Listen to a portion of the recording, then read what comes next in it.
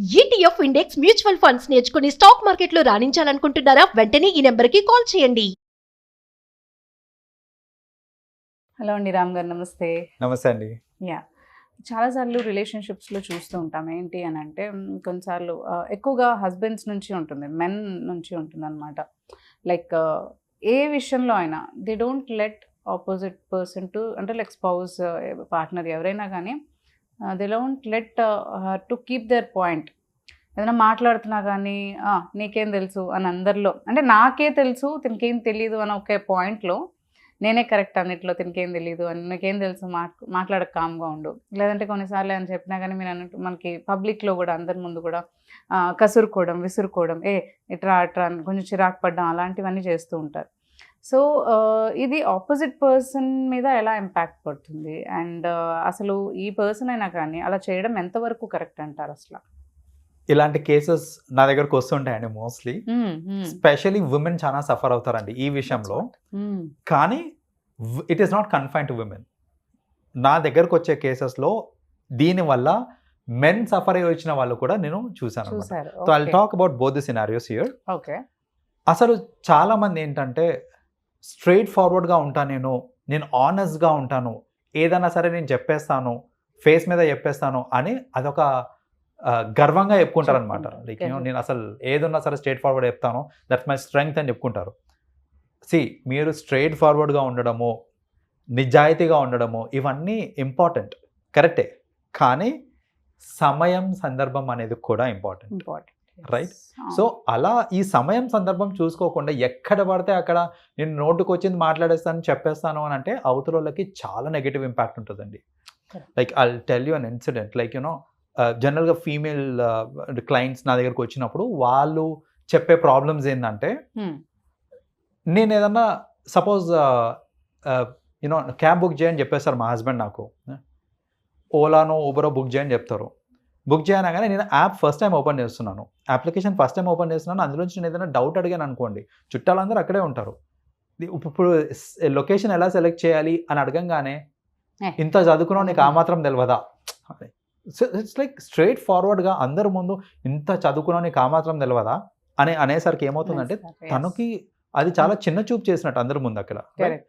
So అందుకనే ఇలాంటి incidents కొందరు ఏంటంటే నీకు అది నీ వల్ల కాదు, ఇది ఏంటంటే జనరలీ నీ వల్ల కాదు అనేది అమ్మాయిలు అబ్బాయిలతో అనడం అనేది నేను I have seen a lot of times coming.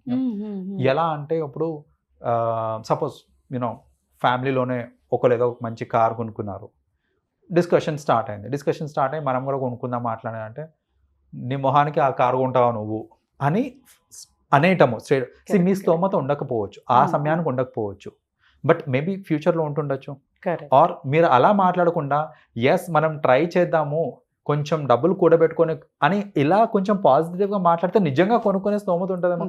అలా కాకుండా నీ మొహానికి నువ్వు అది కొంటావా అనేటప్పటికి ఏమవుతుంది అని అంటే ఇట్స్ ఎ హ్యూజ్ డిస్రెస్పెక్ట్ అండి. అండ్ మెన్కి మీరు ద మూమెంట్ డిస్రెస్పెక్ట్ చేశారు అంటే కనుక ఆ particular men will become very weak. ఖచ్చితంగా until the relationship is broken or he dies or whatever, ఇది అదొకటి పడిపోతుంది. తినకు ఎప్పుడు నా మీద నమ్మకం లేదు, చిన్న చూపు చూస్తుంది, నన్ను లైక్ అందరి ముందు ఇలా చేస్తుంది అని చెప్పేసి వస్తుంది. అండ్ ఇంకోటి ఫ్యామిలీ డిస్కషన్స్ లో ఈ చాడీలు ఒకటి చెప్పుకుంటారండి, అదొకటి చాలా తగ్గించాలి అసలు యాక్చువల్గా. అంటే ఎలా అంటే లేడీస్ ఇలా కూర్చొని ఏంటంటే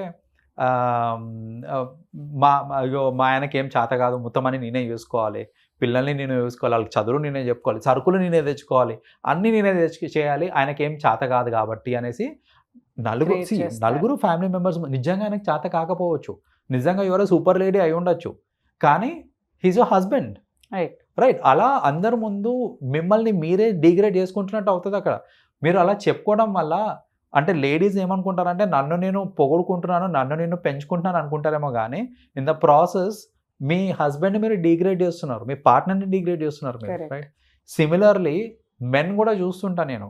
ఏంటంటే ఇప్పుడు సపోజ్ ఎనీ ఇన్సిడెంట్లో ఇట్లా మొత్తం ఫ్యామిలీ గ్యాదరింగ్లోనే అవుతున్నప్పుడు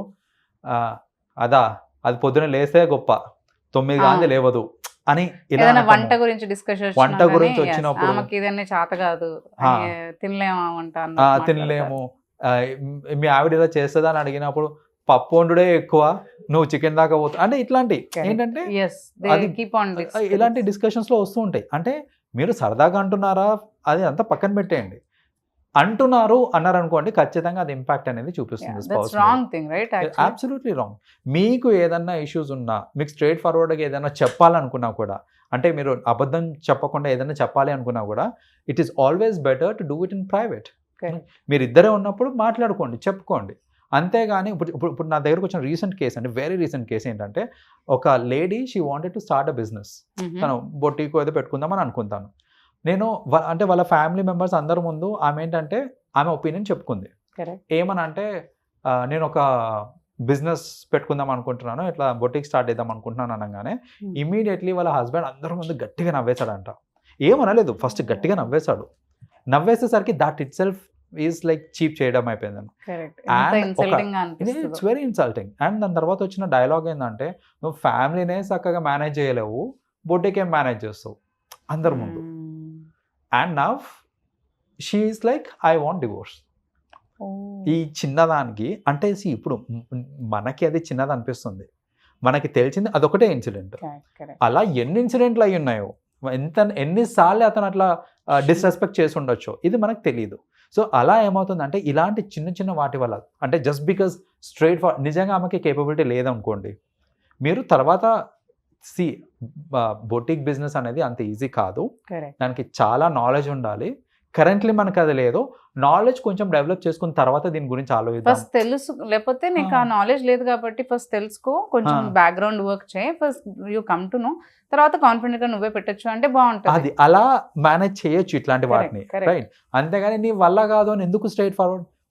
ఇప్పుడు నీ వల్ల ఎందుకు కాదు, బికాస్ నీకు నాలెడ్జ్ లేదు, అది చెప్పు. నీకు కరెంట్లీ నాలెడ్జ్ లేదు కాబట్టి అంతే, not the right time. First knowledge develop చేసుకొని ఇలా చెప్పాలి తప్ప స్ట్రైట్ ఫార్వర్డ్గా చెప్పుకోవడం వల్ల ఖచ్చితంగా రిలేషన్షిప్స్ అనేది పాడైపోతాయండి. సో అందుకనే ఎవరన్నా అనుకుంటున్నారు అనుకోండి, నేను స్ట్రైట్ ఫార్వర్డ్ యూనో నేను ఏదన్నా మొహం మీద చెప్పేస్తాను అది నా గొప్పదనం అనుకున్నారంటే అది మీ గొప్పదనం కాదు.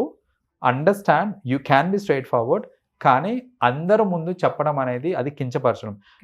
అది మీకు వచ్చేంత వరకు మీకు తెలియదు మనం చేసేది పని ఏంటిది అనేది. మనం ఎక్స్పీరియన్స్ అయితేనే మనకు తెలుస్తుంది తప్ప అదర్వైజ్ తెలియదు.